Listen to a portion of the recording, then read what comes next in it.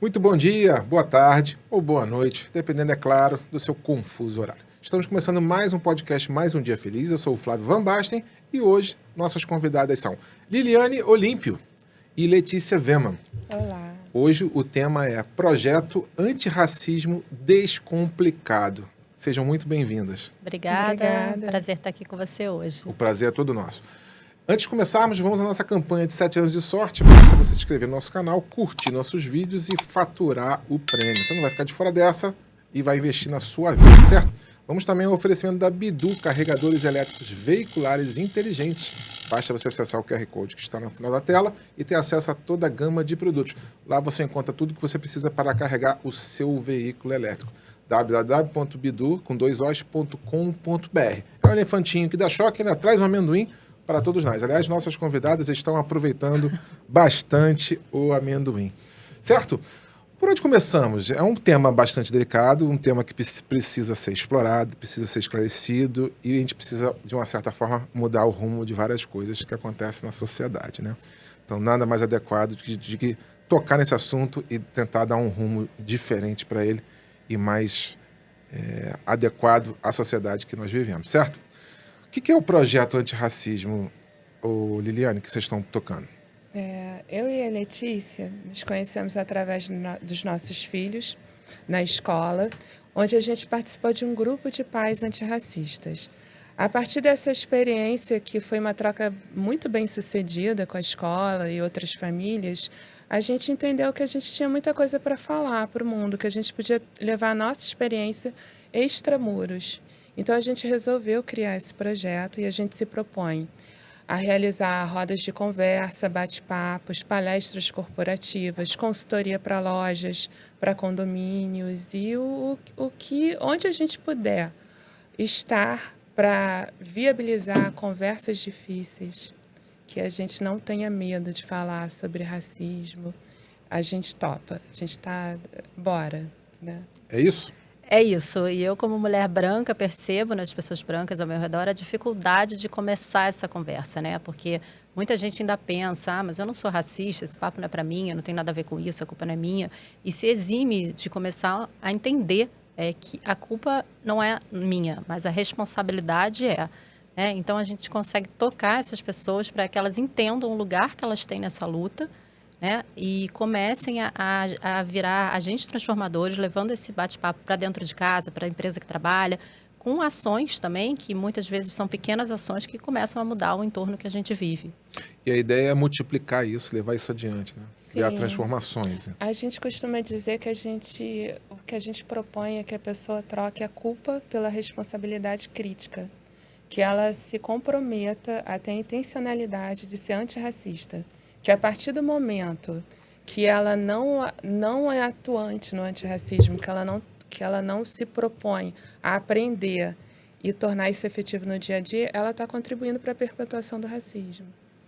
Às vezes as pessoas são racistas e nem percebem que estão sendo, talvez. Racismo acrítico, inconsciente. Inconsciente, né? A gente imagina que o racista é só aquela pessoa que xinga o outro de macaco ou ofende. Quando, na verdade, quando a gente fala de racismo estrutural, a gente está falando de um racismo que está permeando tudo, está na construção, é no muro, é o tijolo. Então, ele é inconsciente, ele constrói a nossa subjetividade o tempo inteiro. Ele está no nosso inconsciente. Se a gente não atua de uma forma intencional para desconstruir, a gente vai estar sempre atuando. As nossas ações vão estar sendo condicionadas pelo racismo, ainda que a gente não perceba. E como é que faz para, na prática, esse projeto conseguir contribuir de forma eficiente? Então, são vários passos, né? O primeiro é você ter essa conscientização de que você precisa falar sobre isso, né? Nós brancos, querendo ou não, a gente está inserido num sistema racista e a gente se beneficia dele o tempo todo.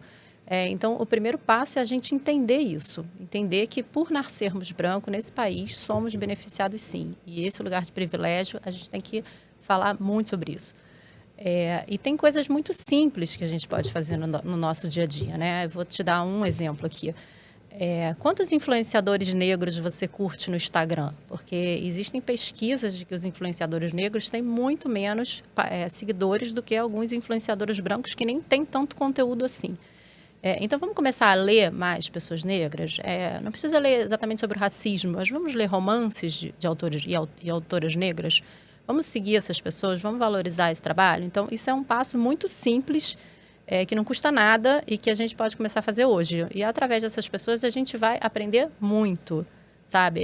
Ouvir pessoas diferentes, a gente estar sempre buscando sair um pouco da nossa bolha. Então, isso é um passo bem simples que quem está ouvindo pode começar a fazer agora. É interessante porque a gente, quando faz uma pausa para refletir, faz sentido exatamente isso que vocês estão colocando. É a capacidade de escuta que a Grada Quilomba fala, né? Da pessoa branca, de se colocar no lugar de escutar, ao invés de tentar se justificar ou se culpar, e aprender pela escuta. Sim. Agora, a gente tem alguns exemplos da rotina onde as pessoas inconscientes praticam o racismo e não sabem que podem ser diferentes? A gente tem muito exemplo. A gente tem muito exemplo de pessoas que pregam a paz e amor, mas não cumprimentam o seu porteiro, né? Independente dele ser branco ou não, uma pessoa negra ou não. Então, assim, a gente fala que o exemplo é tudo, né? Não adianta você ter um discurso maravilhoso quando você mal olha para a pessoa que está ao seu lado.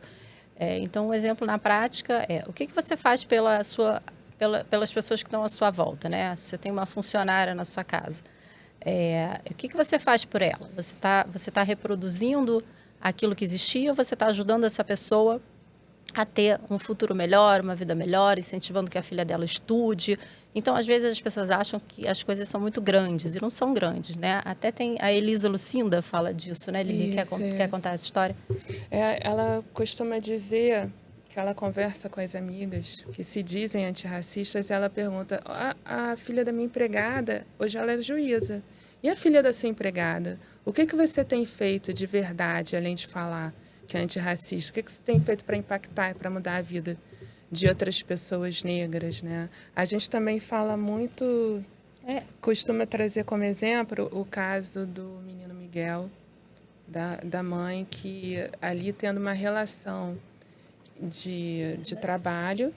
Vamos só lembrar desse caso, né? Que foi um caso que aconteceu durante a pandemia. Desculpa te cortar, Lili, mas pode ter gente que não lembra. Foi um caso que aconteceu durante a pandemia, que a mãe do menino Miguel era uma funcionária doméstica de uma família branca no Nordeste, não vou lembrar exatamente a cidade. E ela desceu para passear com os cachorros e teve que levar o filho, porque a gente ainda estava numa situação de pandemia. E o filho foi deixado aos cuidados da patroa, que não deu conta de cuidar desse filho. O menino entrou no elevador, ele tinha 5 anos, eu acho, e ele acessou o terraço do prédio e ele caiu e ele morreu. Na verdade, ela colocou o menino no elevador e apertou o botão para ele procurar sozinho pela mãe. Isso. Caramba! E aí a gente chama a atenção nesse caso que ela não foi capaz de ver uma criança negra como uma criança. Por isso essa história, esse crime, foi reconhecido como um episódio de racismo estrutural pela Justiça, o TRT. E foi um grande passo, né, na Justiça, você reconhecer o racismo estrutural para ensejar o pagamento de uma indenização para a mãe. O que é o racismo estrutural? Racismo estrutural é aquele racismo que... eu vou trazer o exemplo da Lia Weiner, que é o exemplo que a gente usa. Lia Weiner era uma psicóloga social que estuda muito racismo. É uma mulher branca que fala do lugar de fala de uma mulher branca. E ela costuma trazer como exemplo quando ela vai levar o filho na escola. Ela chega com o filho na escola, é atendida pelo porteiro, cumprimentada, porteiro negro, uniformizado. Então, ela entra na escola, chega a diretora, uma mulher, geralmente mulher branca, que não precisa usar uniforme, cumprimenta, leva na sala, mostra a professora geralmente branca. Ele passa pela faxineira, pelas pessoas da limpeza, muitas vezes ninguém cumprimenta, são negras e usam uniforme. Ali, a criança já entendeu de forma inconsciente que as pessoas brancas estão no lugar de privilégio. Assim, ainda que não se fale a criança já consegue perceber o racismo estrutural que ele existe. É um comportamento automático dessa comunidade. Era ali. isso. Nessa escola, quem é negro tem uniforme, quem é branco não tem. Então, a criança já entende, né? Onde está cada um aqui dentro dessa micro-sociedade, que é a minha primeiro contato social. E Né? vai se formando dessa maneira, né? Vai entendendo que os valores são esses, né? Em tudo. Se você fala de desemprego, fome, violência doméstica, geralmente é a base da pirâmide, pessoas negras que são as mais prejudicadas. Sim. Então, o racismo é o exemplo. Para onde você olhar, você vai perceber o racismo estrutural. É a forma como a nossa sociedade se formou, como ela está estruturada realmente. Se você pensar numa casa, é a parede, são as vigas, e é o que está ali. O que mantém a casa de pé é o racismo. O que mantém a nossa sociedade hoje, de uma certa forma, é o racismo. Se tudo correr pelo caminho natural, o resultado vai ser sempre racista. E esse tipo de comportamento ele deve ser combatido ou de uma certa forma, corrigido lá na base da infância das crianças, né? Quando você compra uma boneca, a boneca que vem é a boneca hollywoodiana, né? É a branquinha, de olho claro e tal. Mas eu tenho percebido alguns movimentos em relação a isso. A gente falava aqui um pouco antes do programa começar. Minha filha recebeu umas bonequinhas e tal. Eu tinha até me chamou a atenção porque foi, fizeram uma bonequinha negra. E isso me fez refletir e pensar que na época eu era criança, minhas primas e tal, não tinha essa oportunidade. Não tinha, a gente não Ou era encontrava muito isso discreto. no mercado. E Esse exemplo que você deu é ótimo, assim, porque é uma compra que tem que ser intencional, sabe? Para que você vai comprar uma boneca, sempre repetir esse padrão, né? E não comprar uma boneca negra. E é uma oportunidade que você está dando àquela criança de, desde cedo, entender que aquele corpo negro também precisa de cuidado, né? De naturalizar um pouco isso. Então, isso também é uma dica de uma atitude que você pode fazer no seu dia a dia, que vai mudar bastante, vai influenciar muito o olhar dessa criança.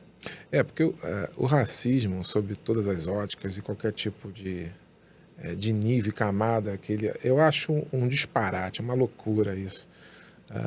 Eu acompanho futebol, às vezes na Europa, cara, um continente de 2.500 anos, você vê comportamento de jogadores assim, da torcida escancaradamente racista. Famílias, né? Crianças. Eu não consigo compreender, em 2024, ainda ter esse tipo de comportamento. É inacreditável. E as pessoas, muita gente faz um pouco de confusão, achando que o racista é esse, né? Que vai para o estádio, que grita, que xinga o Vinícius Júnior.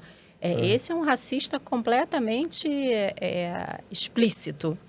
Né? Mas a gente tem o tempo todo, o dia todo, essas pequenas, que a gente chama até de microagressões, que a Lili pode até falar um pouco melhor sobre isso, que acontecem o tempo todo ao nosso redor. E quando a gente para e se conscientiza disso, cai uma ficha que nunca mais você consegue olhar para as coisas da mesma forma. E uma das coisas que a gente fala para você ir nos lugares que você frequenta de lazer, principalmente, você fazer o teste do pescoço. O que é o teste do pescoço? O teste do pescoço é você olhar para o lado, você olhar para o outro e perceber quantas pessoas negras estão ali naquela situação de lazer igual você e quantas estão te servindo. Seja no clube, no restaurante, no cinema.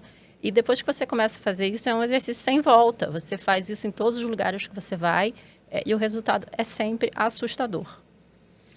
Isso é verdade. Isso aí você já vai trazer um problema que vem lá de trás, né? Porque como as oportunidades são menores, as chances são menores, os negros acabam ocupando espaços menos valorizados, né? Posso estar falando uma besteira aqui, mas funções de menor importância, né? Não está equilibradamente isso. Né? E é um pouco disso que você está falando. E para isso é fundamental assim, a gente entender e conhecer a história do nosso país, né? Porque a gente não chegou nesse momento que a gente está vivendo hoje à toa. Tem toda uma construção que nos trouxe até aqui, que hoje em dia as crianças já estão aprendendo de uma outra forma na escola, diferente de nós, né? Que somos uma geração já mais antiga. Então... Mais antigo? Revelando aí a posição do inimigo. Mas é bacana ver isso, como as coisas mudaram, né? Como os livros hoje contam outra história. Porque a história que a gente conhecia era a história de um lado só, né? A história do vencedor. E agora, graças a Deus, a gente está tendo a oportunidade de rever essa história, de entender como é que a gente chegou até aqui. E a gente já vê algumas coisas acontecendo, vários museus europeus que estão devolvendo as peças que foram roubadas para países do continente africano, né? Então, muito devagarzinho, começa a se fazer um movimento, mas que precisa ser acelerado, porque a gente entende que a gente já perdeu muito tempo. Exatamente. Agora, como é que está a posição, assim, como é que é a percepção do Brasil em relação aos outros países da América do Sul, da América do Norte? Nós somos mais ou menos racistas que os outros países? O Brasil ele tem uma característica de ter um racismo afetivo, né? Tem muitas famílias interraciais e a gente, às vezes, esquece, a gente não percebe que o afeto não exclui o racismo. Assim, algum familiar seu, o seu amigo, ele pode ser racista e mesmo assim gostar de você. É uma característica muito forte no Brasil. A Lia Weiner, citando ela de novo, ela tem uma pesquisa sobre isso, ela desenvolveu uma tese e ela conversou com várias famílias, entrevistou e tinham histórias de crianças que eram obrigadas a ficar com pregador no nariz para afinar o nariz, alisar o cabelo contra a vontade, assim, uma cobrança para uma comparação sempre com outros familiares brancos, um tratamento diferente. Então, assim, é importante, essa é a grande diferença. Enquanto outros países, o racismo é mais explícito, é mais declarado e existe menos relações interraciais, aqui no Brasil não. O racismo vem atravessado por afeto, o que é muito mais complicado para você combater e entender. Isso dificulta, por isso que é importante você entender, estudar. Não tem como você entender o racismo sem estudar, não tem como você ter uma opinião do nada, só por ter. Você precisa ler ou escutar, ter essa capacidade de escutar, de conversar, conviver com pessoas negras, e aí sim você começa a desconstruir e desenvolver uma autocrítica. Mas a nossa sociedade, ela está melhor, está num caminho melhor do que há 20 anos atrás, 40 anos atrás? Quando a gente tem um projeto tipo Antirracismo Descomplicado, a gente muda currículo escolar, a gente já não diz mais que o Brasil foi descoberto, a gente começa a mudar a nossa visão eurocêntrica e limitada do mundo, a gente tem legislação de combate ao racismo, a lei que obriga o ensino da história africana, assim, a gente está num processo. São 300 anos de escravidão e quase 200 anos sem escravidão. Então, é um processo, é uma construção. Está avançando, né, de alguma forma. Pode avançar melhor e mais rápido, mais eficiente. Mas a gente está avançando, sem dúvida. Estamos progredindo. Você falou uma coisa interessante, né? Dos 500 anos de Brasil, mas a maioria dele foi escravizada. Quando você para e você faz essa conta, é muito impressionante. O tempo que a gente tem de democracia e o tempo que a gente tem de todo um sistema escravocrata é um negócio que você fala, uau! Então, e ao mesmo tempo é muito recente isso, né? A gente está começando agora também a falar mais, assim. Outro dia eu estava ouvindo uma entrevista super interessante de uma pessoa cujo tataravô foi um grande senhor de escravos e ela está revendo essa história da família dela, está trazendo isso à tona agora. Então, acho que as pessoas também estão um pouco mais autorizadas a falar um pouco mais desse passado sem medo, né? É verdade. E você vê como é que a sociedade... Mas, assim, há esperança que isso vá ficando no passado, né? Que isso vá melhorando. A esperança são as novas gerações, né? Como a gente vê crianças hoje na escola que já não falam mais que o Brasil foi descoberto. E o Brasil? O que aconteceu, então? Conta pra gente. Vamos ser polêmico.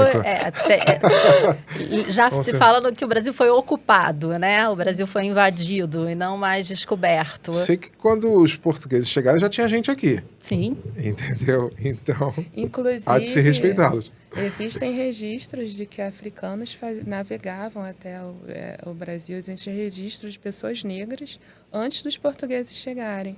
Eles já dominavam, algumas civilizações na África já dominavam a navegação, só que não existia essa vontade de dominar o mundo. As trocas eram de conhecimento e de cooperação.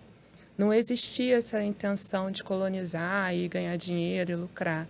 Mas já existiam registros de africanos aqui com indígenas, Então, a trocando nossa com origem indígenas. negra, ela é afrodescendente, né?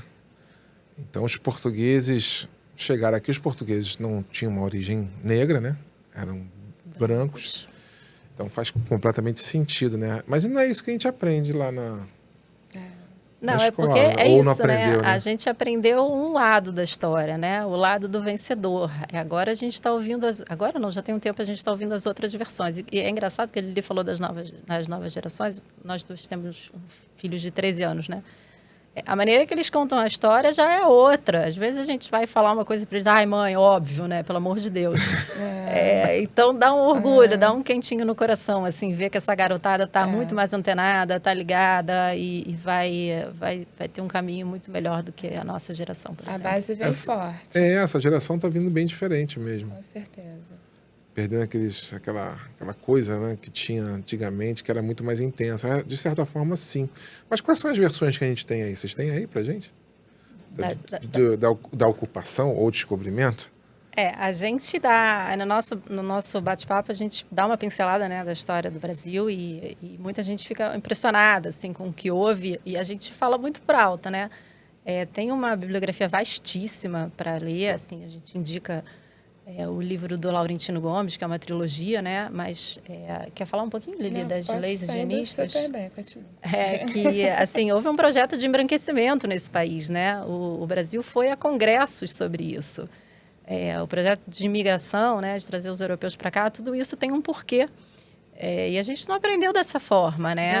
Deixa eu só pontuar em relação Claro. é o Congresso Internacional das Raças, que o Brasil mandou um representante, que era o diretor do Museu Histórico na época, e ele queria vender uma imagem de que o Brasil era um lugar que é passível de receber investimento, que era uma nação que iria crescer, e como justificativa para convencer, ele dizia que o Brasil em 100 anos estaria totalmente branco, não existiriam mais negros, que existia um projeto de embranquecimento, mistura de raças, por isso o clareamento da população foi estimulado como política de governo, era uma política de Estado. E aí você continua. E várias outras coisas, assim, as pessoas acham que a princesa Isabel assinou a Lei Áurea porque ela era boazinha. É uma fake news isso, né? Inclusive, quando a princesa Isabel assinou a Lei Áurea, alguns estados brasileiros já tinham feito suas próprias abolições. Isso, ao menos para mim, que estudei no colégio super tradicional, nunca foi dito, né? Então, a gente pontua... Claro, nenhuma de nós é professora de história, por isso a gente indica até uma bibliografia, porque a gente fala disso muito pincelado, mas são várias coisas que a gente vai lendo e vai falando, caramba, mas eu nunca ouvi falar disso, eu nunca aprendi dessa forma. E hoje em dia a gente tem muita coisa aí para ler, muita coisa para pesquisar. Isso tudo baseado em outras matérias, outras informações, outros artigos, né, que vocês foram lendo. Sim, essa trilogia do Laurentino Gomes é maravilhosa. Tem um outro livro também da Inaê Lopes, que conta a história do nosso país também. E conta a história de uma maneira muito fácil de entender, sabe? Parece que você está lendo um romance. Às vezes você até esquece que essa é a nossa história. O Brasil, que é um país enorme, um país continental, ele tem a distribuição dele de raças assim um pouco meio definida, né? Ao sul um pouco mais da raça branca, né? E você vê a raça negra mais ocupando ali, mais especificamente o estado da Bahia, né? Que tem muito negro. Deve ter Minas e Nordeste. Minas a escravidão foi muito intensa. Isso. E no sul teve uma colonização europeia ali. Isso. Não que não tinham negros lá escravizados, tinham, né? Tinham. Inclusive, o Sul tinha cotas. Os imigrantes, eles foram favorecidos com o sistema de cotas. É uma coisa que a história também não revela muito, né? Então, isso faz parte do que se chamava de embranquecimento. Tudo isso do país. Foi um projeto de embranquecimento. Os imigrantes, eles recebiam terras, recebiam arados, animais, e até pouco tempo atrás, na Rural, a faculdade Rural, existia cota para filho de fazendeiro. E nunca foi contestado no STF. Isso nunca foi alvo de questionamento, era normalizado. Enquanto as cotas para indígenas e negros sempre foi alvo de crítica, né? A princesa Isabel, ela era racista? Como é que vai responder Eu isso? não Não sei era te muito falar ligada, isso. não, no antirracismo, com certeza. A Letícia falou muito bem que foi uma fake news, né, a Princesa Isabel, porque realmente foi um marketing que fizeram. A monarquia estava meio caída na época e usaram ela, apesar da maioria dos africanos já estarem libertos, usaram ela como redentora, uma clara alusão a Jesus Cristo Redentor. Colocaram ela como redentora dos escravos. Mas isso foi uma forma de apagar o protagonismo negro na história da abolição. Existiram várias personalidades negras que tiveram muito mais atuação do que a Princesa Isabel. E a gente pouco não se fala fala. sobre isso, né, Lili? A gente conhece pouco essas pessoas que fizeram história, né? Hoje em dia já é sabido, a gente tem alguns nomes de abolicionistas famosos, mas isso também, no nosso tempo, isso não era dito. A gente não conhece esses personagens, né? A Dragão gente não do Mar. sabe o que eles fizeram. Conhece o Dragão do Mar? Nossa, ele foi responsável pela abolição do Ceará. Uns 5 anos antes da abolição no Brasil. A gente realmente não conhece a história do Brasil. Caramba. É impressionante. André Rebouças, assim, quem mora aqui no Rio de Janeiro, a gente passa pelo túnel Rebouças toda hora. Ninguém sabe a história de André Rebouças. E André Rebouças foi um famoso abolicionista também. Então, essas figuras, hoje em dia, a gente consegue conhecer um pouquinho mais da história deles. O Brasil teve um presidente negro, Que foi? Nilo Peçanha. Tem a Avenida Nilo Peçanha no centro do Rio. É o mesmo? Machado de Assis, há pouco tempo a gente começou a falar que Machado de Assis era negro. Caramba. Então são essas coisas que a gente vai falando, é um caramba atrás do outro, porque realmente a gente não sabe. Não, e há uma maneira de refletir como essas coisas estão escondidinhas bem na sua frente e você não percebe. Esse trabalho é muito interessante. E é um trabalho que quanto mais você lê, mais você quer saber, mais você se envolve. É isso. Quando você começa, não tem como voltar atrás. Não tem como olhar as coisas da maneira que você olhava antes, sabe? Vira uma obrigação. Você falar sobre isso, você levar a informação para as pessoas, como ele lhe disse, você fazer com que elas tenham um senso crítico, com que elas entendam como que eu estou aqui hoje, como é que eu cheguei aqui hoje, né? E a partir daí, você começar a entender o que você pode fazer para fazer a diferença. As pessoas têm que entender como é que funciona o mundo à sua volta e por que ele funciona dessa forma. Essa é a nossa proposta, fazer com que a pessoa comece a pensar o porquê das coisas. Por que a minha visão de mundo foi sempre eurocêntrica até hoje? Por que eu nunca me questionei por que eu entro no lugar e a maioria é branca? Como é que eu normalizei isso uma vida inteira? Coisas que crianças, às vezes, perguntam, já percebem, escancaram, às vezes, o nosso racismo inconsciente na nossa cara, né? Eu falo como uma mulher negra, porque existem pessoas negras que, embora não possam ser racistas, elas acabam por reproduzir o racismo por falta de informação, por não entender como é que funciona. Então, o letramento racial também é uma necessidade de pessoas negras e pessoas brancas. As pessoas negras, elas também, conscientemente, também levam adiante o racismo, sem saber. A nossa subjetividade, a psicanálise estuda isso. Existe a psicanálise do antirracismo. E eles estudam como é que se forma a subjetividade de uma pessoa branca e, principalmente, a subjetividade de uma pessoa negra.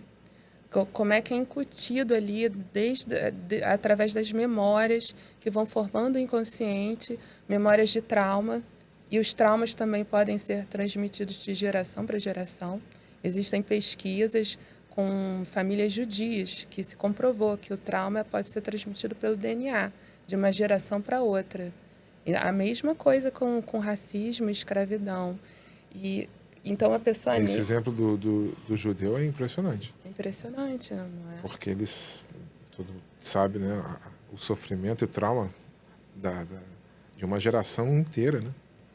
Que isso vai perpetuando. Isso pode vir geneticamente. Incrível. Exatamente.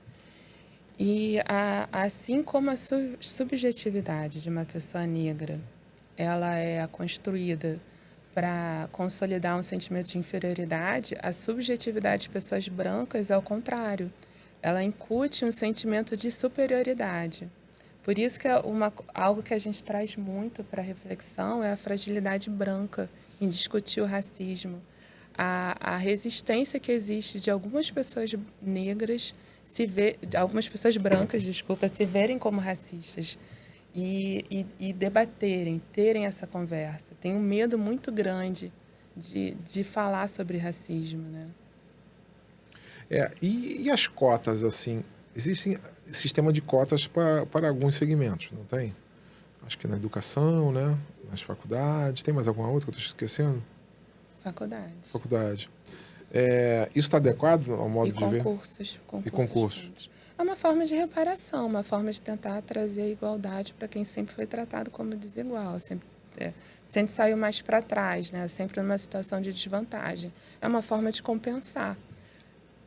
Assim, e é um processo em construção. Existe, como isso tem 10 anos, se eu não me engano, a lei de cotas. E está em constante aprimoramento. Hoje a gente tem a banca de heteroidentificação. Várias fraudes são constatadas nos concursos de cotas, principalmente vestibular para medicina. É um problema sério, mas é um processo que está evoluindo. Mas você percebe, você em exemplo, que a sua infância e a sua juventude e você na adulta, você percebeu que melhorou para você, na sua experiência de vida? Eu acho que melhorou à medida que as pessoas falam mais sobre isso e reconhecem. Porque o Brasil sempre foi um pouco esquizofrênico em relação a isso, de dizer que assim, tentar impor um mito de democracia racial que não existe. Então, hoje a gente saiu desse lugar de mentir, de jogar para baixo do tapete, e a gente aponta, coloca o dedo, isso é racismo, racismo existe, a gente debate, propõe políticas, estratégias de combate ao racismo, existem cotas, então com certeza muita coisa mudou. Só que precisa continuar mudando ainda. Sim, claro. E existe uma pesquisa, eu não vou lembrar dos números agora dessa pesquisa, mas que é uma pesquisa muito curiosa, que perguntaram para a população brasileira se existe racismo aqui no Brasil. E, sei lá, cerca de 80% dela falou que sim. E perguntaram, e você é racista? E só 30% delas disseram que sim. Então, cadê o resto dessas pessoas, né? Então, tem racismo, mas não é comigo, não sou eu. É sempre com o outro. Né? Então, é isso que a Lili fala da esquizofrenia, assim, né? Porque é isso, é se eximir da culpa e jogar essa culpa para o outro, acreditar que tem racismo, mas eu não faço parte disso. Então, eu acho que, por exemplo, as leis estão aí, né? O que precisa realmente é mudar o comportamento da sociedade, botar num outro caminho. E as leis precisam ser aplicadas de uma maneira correta também, né? Que aqui no Brasil a gente diz que é um país muito engraçado, que tem lei que não pega. Né? Então, existe essa lei, que é uma lei que vai fazer 20 anos, né, Lili? Do ensino, as escolas e as faculdades são obrigadas a ensinar a história da África. E tem uma outra lei também que as escolas e as universidades são obrigadas a ensinar a história dos povos originários. E, no entanto, isso não acontece. Essa lei vai fazer 20 anos e a gente não vê isso aplicado posso chutar aqui que na maioria dos lugares. Então, é o que a gente chama de lei que não pega. Essas leis precisam pegar, essas leis precisam acontecer, né? Todas as escolas precisam ter no currículo, desde cedo, a história da África, a história dos povos originários, para que essa criança comece a naturalizar isso desde cedo, a saber quantos conhecimentos a gente tem que vieram do continente africano e a gente não sabe. A gente tem uma coisa do eurocentrismo muito forte, né? Os nossos exemplos todos vêm da Europa. E a gente precisa entender que muita coisa não veio da Europa, muita coisa veio da África, mas que a gente não tem esse conhecimento. Mas eu acho que mais uma geração muda, sabia? Já está mudando, né? Eu acho que muda, sim. Já está mudando. Isso, se você voltar aí 150 anos atrás e ver como é que era o mundo, como é que era a vida no Brasil, olhar para hoje, já é um avanço expressivo. Né? Hoje em dia a gente também tem essa questão da tecnologia, né, a nosso favor, das redes sociais. Então, qualquer coisa é filmado, qualquer coisa é gravada, qualquer coisa vira um escândalo. Que tem um lado muito bom disso, né? Que você até inibe certas pessoas de fazerem certas coisas. Mas a gente não tem dúvida de que isso está mudando. Eu acho que mais uma geração muda bastante, muda para melhor. Eu acho que isso vai se distanciando, porque você vai criando outras camadas, né? Outras gerações estão vindo mais orientadas. Esse trabalho que vocês fazem é uma contribuição importante. Devem existir milhares de grupos com essa mesma pegada. Então, eu acho que isso vai melhorando aos poucos, né? Mas o importante é que está num caminho que vai, de fato, surtir efeito, né? Porque você vê, tem países que estão mais atrasados que a gente. Portugal, tem, eu sim. não sei, eu não estou falando por mim, pelo que me falaram, pelo que eu escutei, o racismo lá é muito intenso. A xenofobia e o racismo virou crime lá recentemente. A Não era nem xenofobia crime. também, a gente entrevistou aqui convidados, que eu fiquei assustado, que eu falei, não é possível, estamos em 2024, pô, Portugal está assim. E aí existem, os Estados Unidos também tem umas regiões também muito racistas, né? Muito aquela família que vem lá de trás, antiga, né? Sem modernização. Os Então, rednecks. de um modo geral, eu acho que o Brasil, eu arrisco a dizer até que aqui na América do Sul tá caminhando mais rápido que os demais. Eu posso estar falando besteira. O que vocês acham? Eu não sei fazer esse comparativo com os outros países da América do Sul, mas eu tenho certeza também que aqui a gente está caminhando. Eu acho assim, a gente há pouco tempo teve uma novela, né, cujo núcleo central era uma família negra, uma família bem estruturada, uma outra visão que a gente tinha até então dos negros na dramaturgia brasileira, né, que eles sempre ficavam no papel da funcionária doméstica, do motorista, e não, a gente já está vendo essa mudança, né, e foi uma novela de sucesso absoluto. Então, eu acho que são coisas que a gente vai entendendo que, cara, mudamos, estamos caminhando e não tem volta. Não é, isso está na moda. Não, muita gente fala, isso está na moda. Não está na moda. Isso é um assunto que chegou, que não vai embora. E que está abrindo também para a gente debater outras minorias, né? Eu acho que uma coisa vai puxando a outra e o debate está aí. E é importante todo mundo entender que todo mundo tem que participar dele. Isso é muito Acho que é legal. importante também manter a meritocracia também. As pessoas precisam se esforçar também, né? Não é só uma questão de cor, né? Isso é também da besteira, mas todos terem acesso à educação, à base, né?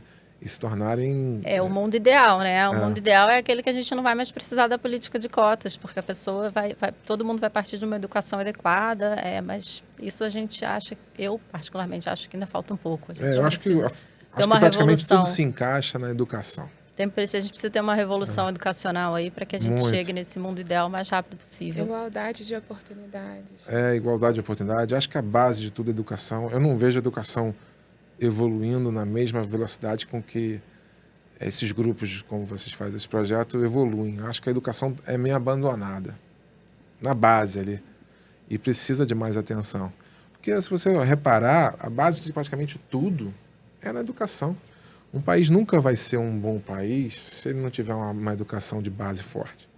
A desconstrução do racismo vem pela educação. Exatamente. Né? É um tema, é esse tema, é o do racismo, da xenofobia, enfim, de tudo aquilo que separa as pessoas, né? Então, é um tema muito difícil que precisa de atenção. Sim.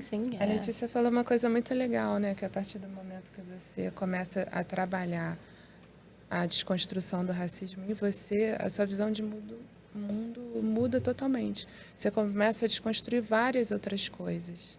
Assim, é um despertar, né? Perfeito. E muita gente não percebe isso, não é por ser uma pessoa má, não. A pessoa realmente está inserida num cenário, né? Virou uma paisagem e a pessoa está no modo automático. E é um processo que incomoda, sabe? É um processo que você olha para você olha para suas raízes, você revê os seus valores, você vê a sua educação. Eu, por exemplo, não tenho nenhuma vergonha de dizer que eu sou uma mulher branca, criada dentro de uma bolha do Rio de Janeiro branca, estudei em colégio de gente branca, e demorei muitos anos para entender o meu papel nisso. Então, é um processo de autoconhecimento, é um processo de autodesconstrução, é um processo que incomoda, né? Então, tem muita gente que não está nem pronto para isso, mas O precisa importante é estar. ter a maturidade. A gente também não pode sair por aí demonizando as pessoas, né? Que não sabem nem o que estão fazendo. É uma questão de Não, mas de quando campanha. a gente diz que a pessoa não sabe o que está fazendo, a gente também não pode deixar de entender que é necessário uma responsabilização crítica, não é culpa. Por isso que a gente fala que você tem que diferenciar a culpa, se autoflagelar, de assumir uma responsabilidade por mudança e de entender e começar a agir diferente. Porque quando a gente diz que o racismo é estrutural, também não é uma chancela para ninguém fazer nada, porque a culpa é da estrutura.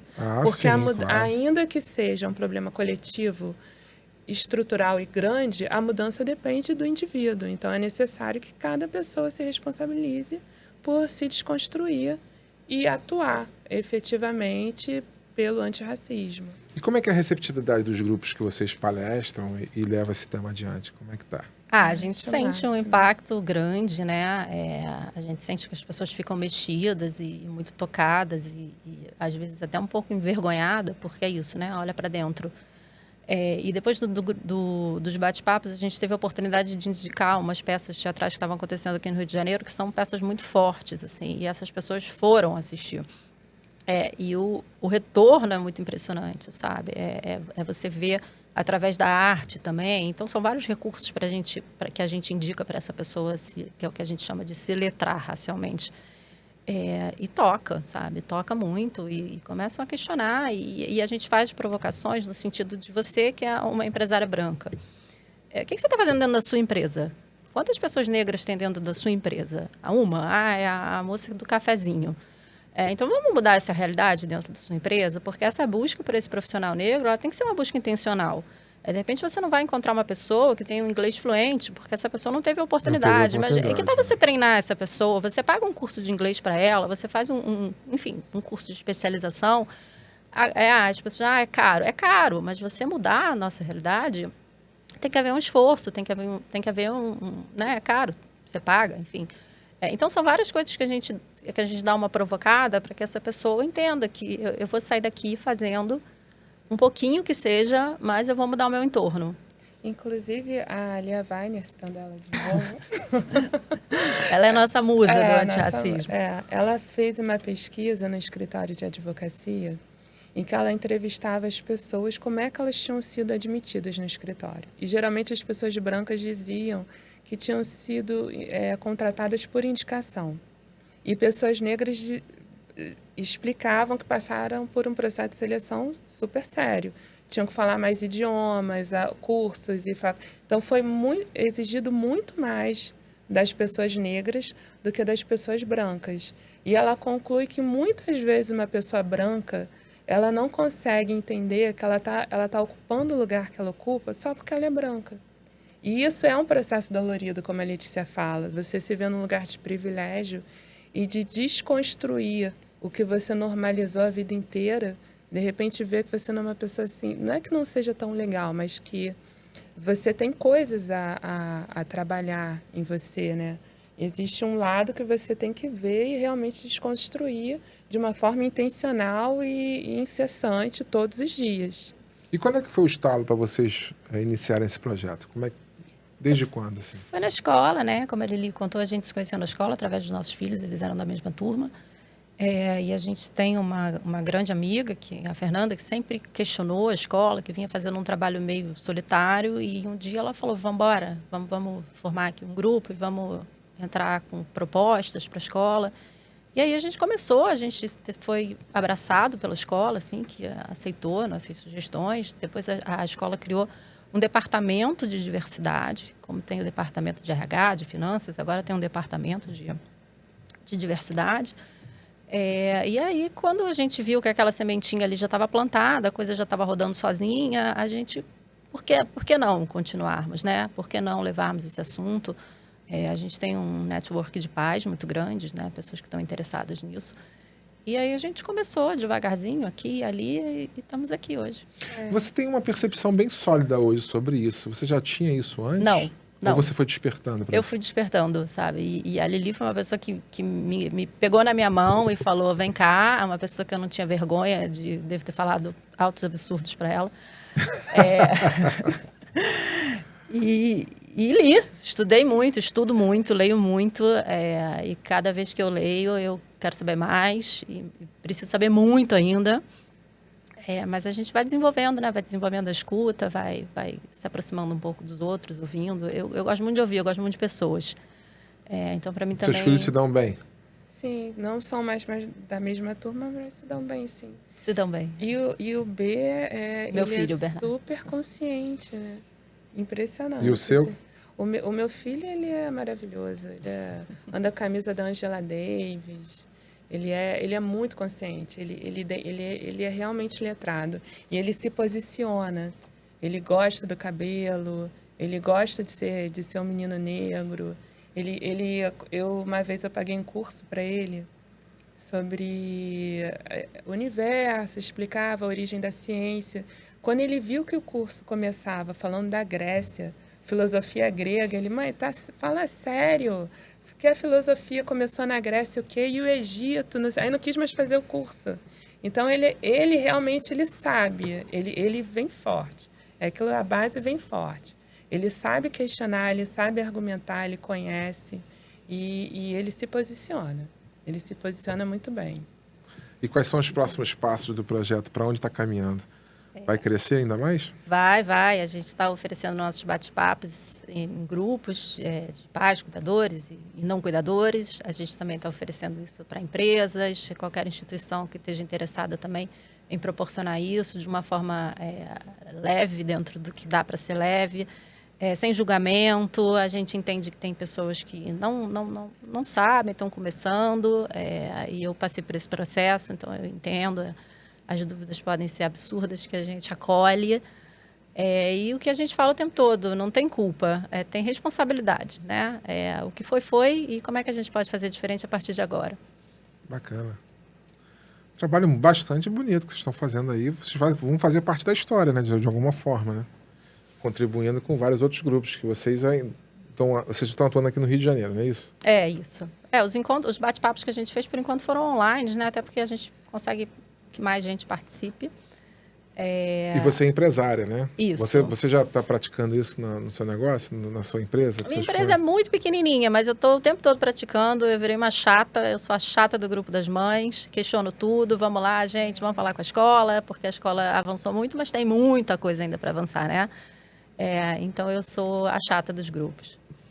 E você, Lili? Você é a chata dos grupos também, não? Eu não vejo outra forma de existir, de sobreviver. É necessário enfrentamento. Eu sou mãe de 2 meninos negros, não tem como eu decidir que não é um problema meu e ficar de boa. Não tem como.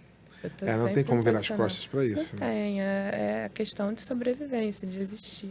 Mas eles vão bem, eles estão bem... Estão indo bem na sociedade, de um modo geral. Assim, eles sabem que isso ocorre, faz parte da realidade do mundo que a gente está vivendo. Eu me preocupei sempre em construir uma autoestima, em criá-los de uma forma que eles entendam que o racismo não é um problema deles, é um problema dos outros, e eles construírem uma subjetividade, uma autovisão de si mesmos, descolados do racismo. E descolados também dessa visão do negro único, né, que a gente tem, que todo negro tem que gostar de samba, assim, isso também é uma questão que a psicanálise foca nisso, da construção da subjetividade de uma pessoa negra, fora do racismo e fora de como outras pessoas entendem que deve ser uma pessoa negra. E é assim que eu vou pautando a minha educação deles. Acho que eu estou indo... E os segmentos vão se encaixando, né? Tem segmento que acaba conduzindo mais para os negros, tem outros segmentos para os brancos, e assim vai, né? O importante é buscar um equilíbrio sobre isso tudo, né? Acabar de vez com qualquer tipo de racismo, né? E de estereótipos, né? Estereótipos também. Estereótipos. Porque, assim, vou te dar um exemplo, no mundo do futebol, eu acho, pelo menos aqui no Brasil, eu não sei se isso está tão presente como em outros segmentos, né? Eu vejo grupos se dando bem, amigos independentes de cor, se dando super bem.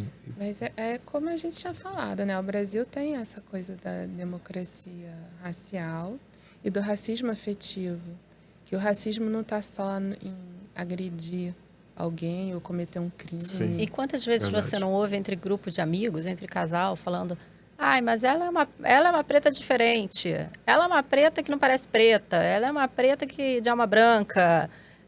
Então, isso tudo são racismo. É você o tempo todo também fazer essa comparação, né? O que é bom é branco. Então, para ela ser boa, ela precisa ser uma preta com alma branca. Perfeito, isso é uma ignorância, assim, um negócio... É o que a gente chama de microagressões de Exatamente. Que é uma expressão que surgiu em Harvard, de um psiquiatra negro, que são agressões que muitas vezes pessoas brancas praticam em relação a pessoas não brancas, ofendendo ou humilhando, mas não percebe o que está fazendo, assim, Verdade. naturaliza aquela agressão. Verdade, Que verdade. isso é super Esse comum. livro das famílias interraciais, né, da Lia Weiner, de novo, ele dá vários exemplos que você fica assim, gente, é a pessoa que fala para a mulher negra para não usar roupa colorida, porque chama atenção, que exige que a criança alise o cabelo, tudo isso são microagressões que são feitas sem intenção, né? Mas não dá mais para a gente ouvir esse tipo de coisa, né? Não dá para você rir de uma piadinha que você recebe no WhatsApp, não dá para você passar isso adiante, não dá para você estar numa mesa e ouvir uma piada e todo mundo ri e você não fala nada. Então, são coisas pequenas que muita gente não percebe, mas que já está na hora. E as pessoas, o mundo está chato. O mundo não está chato, o mundo mudou, né? E a gente tem que mudar junto com o mundo. É isso. Conforme a gente vai avançando aqui no programa, a gente vai conversando, eu vou lembrando de algumas coisas que elas realmente desapareceram e eu não percebi. Porque na nossa geração já houve um avanço muito grande, como a gente falou aqui em várias oportunidades. Mas, por exemplo, antigamente você tinha umas piadas assim completamente que o pessoal achava que era o máximo, né? Na televisão mesmo. E hoje elas desapareceram. Assim, eu pelo menos no grupo de pessoas que eu convivo, eu também não percebo mais e também acho que se alguém puxar alguma coisa nesse sentido é totalmente reprovado. Então, assim, nesse grupo, na experiência de vida que eu tenho visto que isso realmente desapareceu. E não sei se em outros grupos isso pode estar acontecendo. Mas vocês despertaram uma situação muito importante, né? Que é a estrutural, é quando você não percebe o quanto você tem de comportamento, não é aquele agressivo, né? Aquele descarado que é qualificado em crime e tudo mais, é aquela coisa sutil. Às vezes nem fala nada, às vezes um olhar, um comportamento, um tratamento. É você passar por uma pessoa, um rapaz negro na rua e fazer assim na sua bolsa, né? Racismo é silencioso. Todo mundo já fez isso, quer dizer, todo mundo, estou sendo um pouco exagerado, muita gente já fez isso sem perceber, né? E coisas assim que... Mas a gente sempre volta lá na questão da base. Sim. A base. É menos chance, é menos educação. Então acaba que esses grupos acabam ficando expostos às mazelas da vida e tudo mais. Então acaba criando um estereótipo ali daquela situação. Mas isso é muito difícil. Esse estereótipo que a gente luta o tempo todo, né? E aí entra de novo a educação. Assim, não basta uma escola falar sobre isso, passar livros de autores negros para as crianças pequenas lerem, comprar boneca negra. Se a criança olha ao redor dela e as pessoas negras dentro da escola são todas na portaria, na cozinha. Não estou tirando nenhum mérito dessas pessoas, até porque sem elas a escola não roda. Mas cadê esses negros em posição de conhecimento? Cadê o negro professor? Cadê o negro diretor? Cadê o negro coordenador? Cadê as crianças negras em torno dela, né? Então, não adianta a gente falar da teoria. A gente precisa que isso seja uma prática desde muito cedo. É uma dupla aí dinâmica. LL. Liliane e Letícia. Foi programado isso? Não. O universo, né? O universo conspira. Conspira, né? Você faz uma boa dupla, né? Espero que isso mantenha a solidez com que vocês estão conversando aqui. Continue nessa pegada. Há muito que se fazer. Há muito que se fazer. E a gente está aí para fazer. Ah, é? Quais são os planos para 2024? Algo diferente a mais? Falar muito expandir mais, levar mais informação possível? Encher o saco de muita gente, falar sem parar, provocar, questionar, se posicionar. O que a gente quer é que as pessoas pensem e que as pessoas assumam a responsabilidade pela mudança. Não coloquem, esperem que outra pessoa comece. É que as pessoas entendam que pode começar agora. Muda o mundo através de... Primeiro você muda para você mudar o mundo, né? Senão não adianta ficar esperando. Se todo mundo esperar todo mundo... Não vai dar certo. Então é hora de agir, é hora de formar... Não só a sociedade, como os governantes também precisam estar bem alinhados. Sim, a educação, os tutores, sim, os professores, quer dizer, toda a camada de ensino. Isso é uma coisa que a gente tem que pesquisar também. O que seu candidato está fazendo, né? Cobrar. Votar em candidatos negros, votar em candidatas mulheres, votar em minorias. tirar essa galera branca, homem branco, né? A gente olha para o nosso país, ele é governado por homens brancos. Tá na hora Há da gente 500 anos. mudar esse Não cenário. tá dando muito certo, né? Hã? Não tá dando muito certo. É verdade. É muito... O Brasil, um país... Se bem que eu vou usar o exemplo, né? Um país moderno, né? Então, ainda 500 anos é pouco para um país, né? Você Com pega... certeza. Há muito que avançar e evoluir, tanto como existencialmente as pessoas, né? Você pega os países aí com 4, 5 mil anos, 3 mil anos, 2 mil anos. Nós somos muito pequenos ainda. Espero que isso tudo mude, né? Bom, um prazer tê-la conosco aqui. Vocês estão fazendo um trabalho realmente importante. Como eu disse, eu espero que você continue mesmo, que leve assim, que provoque realmente, provoque a maneira de pensar das pessoas, que isso é o que importa, né? Quem sabe daqui uma próxima geração tudo esteja ainda melhor, né? Que vem melhorando. Isso é muito importante. Eu já percebo isso da idade que eu estou hoje, do calendário que eu estou hoje, até a minha infância, e vejo que realmente coisas avançaram, né? Talvez tenham avançado mais do que na última geração passada, né? Não sei. Certo? Certo, obrigada pelo convite, por nos ouvir A um gente que pouquinho. agradece. Espero Foi que a gente ótimo. tenha... Deixa uma mensagem bate-papo. para todas as pessoas que lhe seguem, que acompanham o trabalho, e aqueles que também não acompanham, né? E para quem não acompanha, a gente pede para nos acompanhar e que a gente tenha deixado reflexões, que as pessoas saiam dessa live pensando um pouquinho qual é o papel de cada um na nossa sociedade, o que a gente pode fazer, coisas simples, coisas maiores, o importante é fazer. E o que eu queria dizer é que eu sempre falo, micro-revoluções são possíveis. Você pode mudar muita coisa ao seu entorno. Basta começar a fazer, decidir fazer. E é assim que a gente consegue desconstruir o racismo. Aí, portanto, Liliane Olímpio e Letícia Veman, do projeto Antirracismo Descomplicado. Viu? Consegui falar certinho, inclusive o sobrenome de vocês aí. Meninas, muito obrigado por vocês estarem presentes, trazendo a palavra dessa construção de uma sociedade mais justa e sem racismo, certo? Obrigada a você. A gente Tá que bom? agradece. Muito obrigado e esperamos nos encontrar muito em breve aqui para seguir essa pauta. Com certeza. Tá bom? Obrigada. Ótimo, obrigada. Muito obrigado. Vamos lá, mais um dia feliz para todos vocês. Um abraço. Cara, esse... Fala pra caramba. Não, foi super 10. Não.